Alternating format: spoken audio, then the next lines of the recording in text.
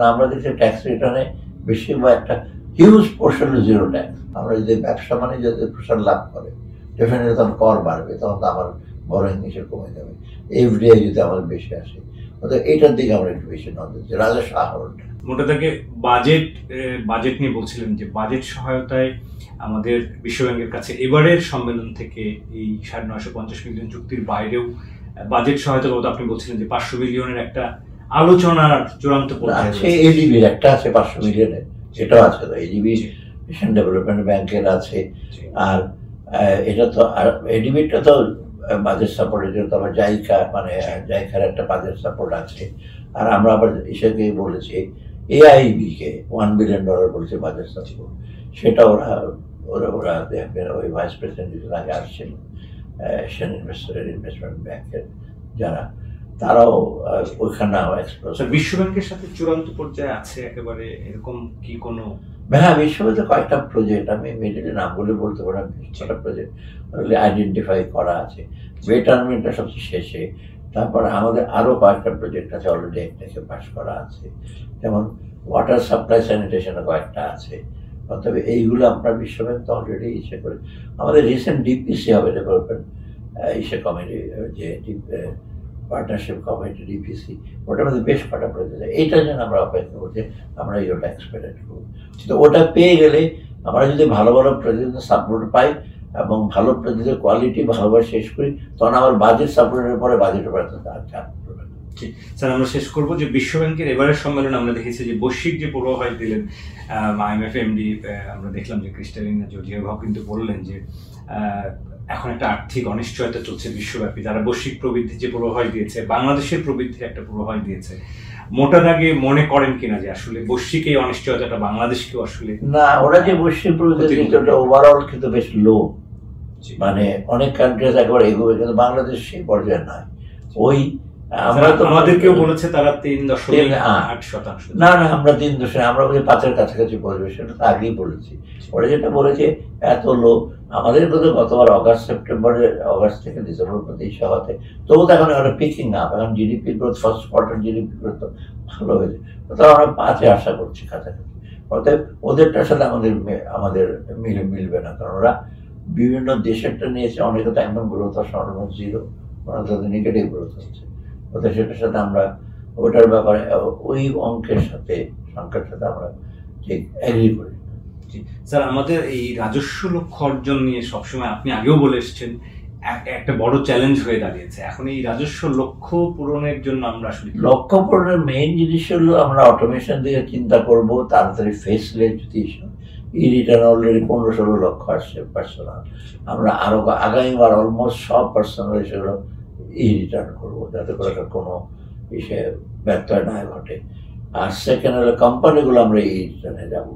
অতএব এইটা হলো অটোমেশন করলে কিন্তু ওই যে রাজস্ব লিকেজ হচ্ছে, আন্ডারস্ট্যান্ডিং হয় অফিসিয়ালদের, এটা কমাবো। সেকেন্ড হলো করাপশনটা কমাবো, সিস্টেমটা একটু আরেকটা এফিসিয়েন্ট করা। আর আমরা একটু রেশনালাইজ করবো, তো ট্যাক্স বেসটা একটু বাড়াতে পারে, ই রিটার্ন করে ব্যাস বাড়বে, কিন্তু ওই ট্যাক্সের যে ধরনগুলো যে খুব বাড়িয়ে ফেলো তা করা যাবে না, কারণ আমাদের ইন্ডাস্ট্রিয়াল সেক্টর, মানে কর্পোরেট সেক্টর, তারপর ইন্ডিভিজুয়াল সেক্টর কিছু যারা আছে ওই ফিল্ডে থাকবে, কিন্তু ওগুলো অনেকে কিন্তু আমার যেটা হয় টিন আছে কিন্তু ট্যাক্স দেয় না, আবার কিছু যারা ট্যাক্স দেয় এত কম ট্যাক্স দেয় যেটা আসলে, যেমন আমাদের আছে 3.5 লক্ষ টাকা আমাদের জিরো ট্যাক্স, 3.5 লক্ষ টাকা বাংলাদেশের যে কোনো একজন আর্ন করে, কিন্তু আমরা দেশের ট্যাক্স রিটার্নে বেশিরভাগ একটা হিউজ পোর্শন জিরো ট্যাক্স। তো এনবিআর তো আমরা তো আশ্চর্য হয়ে গেছি যে এতগুলো লোক, 12 লক্ষ লোকের মধ্যে প্রায় একটা সাইজেবল পোর্শন জিরো ট্যাক্স, কিন্তু আপনি 3.5 লক্ষ টাকা বছর কার ইনকাম না, এটা তো আপনার মানে করমুক্ত আয় সীমার তো একেবারে আমাদের একেবারে মানে এত সে 12,000 যে 30,000 টাকা পার মান্থ, 30,000 টাকা আর্ন করে না কারা, এটা তো খুব, কিন্তু তার মধ্যে আছে টাকা আর্ন করলো, কিন্তু ওটা করমুক্ত, বেশিরভাগ বলছে আমাদের কর দেয় না। যারও অতএব এই জিনিসটা কিন্তু আমাদের অনেক এখন বলছে, আমি দেখছি ওই যে করমুক্ত সীমা বাড়িয়ে দিতে, উপরে দিয়ে দিতে। স্যার এবারে চিন্তা করবেন কিনা এবারের বাজেটে কি করমুক্ত আয় সীমাটাকে? না, এটা একটু গভীরভাবে চিন্তা করবো, আমি এখনো বলিনি, কারণ আগে যেটা করেছিল অনেকে এই নাম্বারগুলো দেখি যে আমি 3.5 লক্ষ না, তাতেই কত বছর লোক যায় না, 5 লক্ষ 6 লক্ষ টাকা বলে তো অর্ধেকের বেশি লোক ট্যাক্সের আওতা থেকে বেরিয়ে যাবে। সেটাই পৃথিবীর কোনো দেশে আর হিস্টোরিক্যালি আপনি দেখবেন ট্যাক্স কিন্তু আগে আমরা যে যখন ইভেন 2008, 9, 7, 8-এর দিকে কর্পোরেট ট্যাক্সের হারটা প্রায় 60-70% ছিল। তো আপনি 27.5% নিয়ে আসছে, তাতেও হইচই করছে যে কর অনেক বেশি। হ্যাঁ, কম্পারেটিভলি বেশি অন্য দেশের তুলনায়, কিন্তু আমাদের তো দেখতে হবে যে আমাদের করের বেস কম, যারা ব্যবসা করে, যারা করে কমপ্লায়েন্ট যারা, তাদেরকে দিতে হবে কর। স্যার, পাচারকৃত অর্থ নিয়ে অনেকবার কথা হয়েছে, তারপরেও নতুন করে গভর্নরও বলেছেন পাচারকৃত অর্থ এটা তো একটা কঠিন কাজ, বাট এই প্রক্রিয়াটা নিয়ে অর্থ মন্ত্রণালয়ের কি ভাবনা? না, এটা নিয়ে তো মোটামুটি আপনার এগোচ্ছে, এটা জটিল। এটা শুধু প্রথম আইডেন্টিফাই করে লিগাল অ্যাকশন নেবে, আর international contact collaboration, mutual legal assistance, এগুলো সময় লাগবে। আমরা আশাবাদী যে প্রসেস যখন শুরু হয়েছে ডেফিনেটলি অন্য অন্য কান্ট্রিরা ইস্যু করবে। আমাদের লিগাল ভালো লিগাল লয়ার ইস্যু করতে হবে, এমপ্লয় করতে হবে বাইরের লিগাল বিষয়ের জন্য। অতএব আমরা একটু আশাবাদী, আমরা চাচ্ছি এটা যে কিছু আদায় করতে এত টাকা গেছে, এর মধ্যে যদি এই যে আমরা IMF 1.2 বিলিয়ন টাকা হইচই করছি, 1.2 বিলিয়ন কত বিলিয়ন ডলার বাইরে চলে, ওটা আসলে আমরা IMF আর ওয়ার্ল্ড ব্যাংকের বাজেট সাপোর্ট চাইতাম দেখি, এটাই সবচেয়ে আনফর্চুনেট আমাদের। জি স্যার, আমরা এবারে যেহেতু অন্তর্বর্তীকালীন সরকারের দায়িত্ব নেওয়ার পর অর্থ উপদেষ্টা হিসেবে আপনার প্রথমবারের মতো বাজেট করতে যাচ্ছেন, আপনি সবসময় বাজেট নিয়ে প্রতিক্রিয়া দিয়েছেন, এবার নিজে করছেন, কোন রকম উদ্ভাবনী বা নতুন কোনো এক্সপেরিমেন্ট করার চিন্তা আছে? আমরা যেটা করব সেটা হলো বাজেটটা বাস্তবসম্মত করবো, বাস্তবায়ন করা যায়। এই জন্য বিরাট শপিং লিস্টের মতো এসব উইশ লিস্ট বা অনেক সময় শপিং লিস্ট করে এই করবো এটা না। আর আমাদের প্রকল্প সেখানে বেশি জোর দিয়েছে প্রকল্পের কোয়ালিটি তাড়াতাড়ি যেন বাস্তবায়ন করা হয়।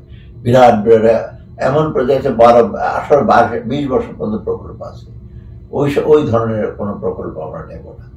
আর একটা জিনিস আর বাকি হলো যে আমরা বাজেটটা সেই জন্য যতটুকু সম্ভব বড়োইংটা কমানো, বোধ এক্সটার্নাল বড়োইং, ইন্টারনাল বড়োইংটা কমানো।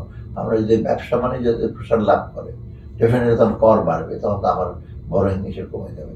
এফডিআই যদি আমাদের বেশি আসে, অর্থাৎ এইটার দিকে আমরা একটু বেশি নজর দিচ্ছি, রাজস্ব আহরণটা সেটার সাথে। আর সোশ্যাল সেক্টরে আমরা চিন্তা করছি এটাতে অ্যালোকেশনটা পারলে একটু আমরা আরেকটু হিসেবে বাড়াতে চেষ্টা করি, বিশেষ করে আমরা শিক্ষা, স্বাস্থ্য, সামাজিক সেক্টরে, সামাজিক নিরাপত্তা, এইগুলো আমরা কোনো ক্রমেই মানে আগের তুলনায় করে কমিয়ে দেবো বা একটা চেষ্টা করবো ওটাকে আরেকটু রেসপেক্টেবল, আরেকটু যাতে ঘাটতি কি কমিয়ে আনার একটা পরিকল্পনা আছে? ঘাটতি একেবারে কমিয়ে আনার একটা পরিকল্পনা তো আমরা এডিপি তো আমার আগের মতো এত বড় এডিপি হবে না, যেটা বিরাট। আপনি তো ঘাটতি তো একটা হয়ে গেছে, আবার $13 বিলিয়ন আপনি রূপপুরে নিয়ে তো বিরাট একটা ঘাটতি হচ্ছে, মধ্যে কত টাকা চলে গেল আমাদের, পদ্ম ব্রিজ করলেন আপনারা নিজের টাকা দিয়ে, অতএব ঘাটতি তো ওখানে আস্তে আস্তে বেড়ে যাচ্ছে।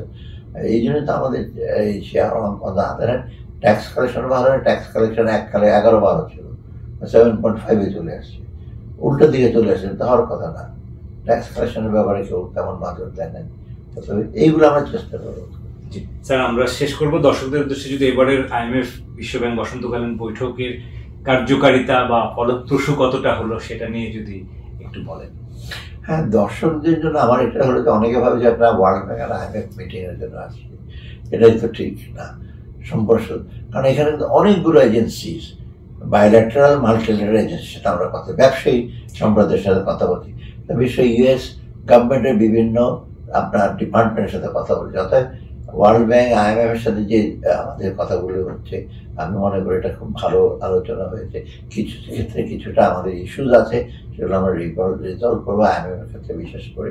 আর বাকিগুলোর ব্যাপারে খুব পজিটিভ, এটা আমাদের ইস্যু আসছে। তবে আমাদের সবচেয়ে বড় টাস্ক হল দ্রুত অ্যাকশন নেওয়া, মানে বসে থাকতে চলবে না।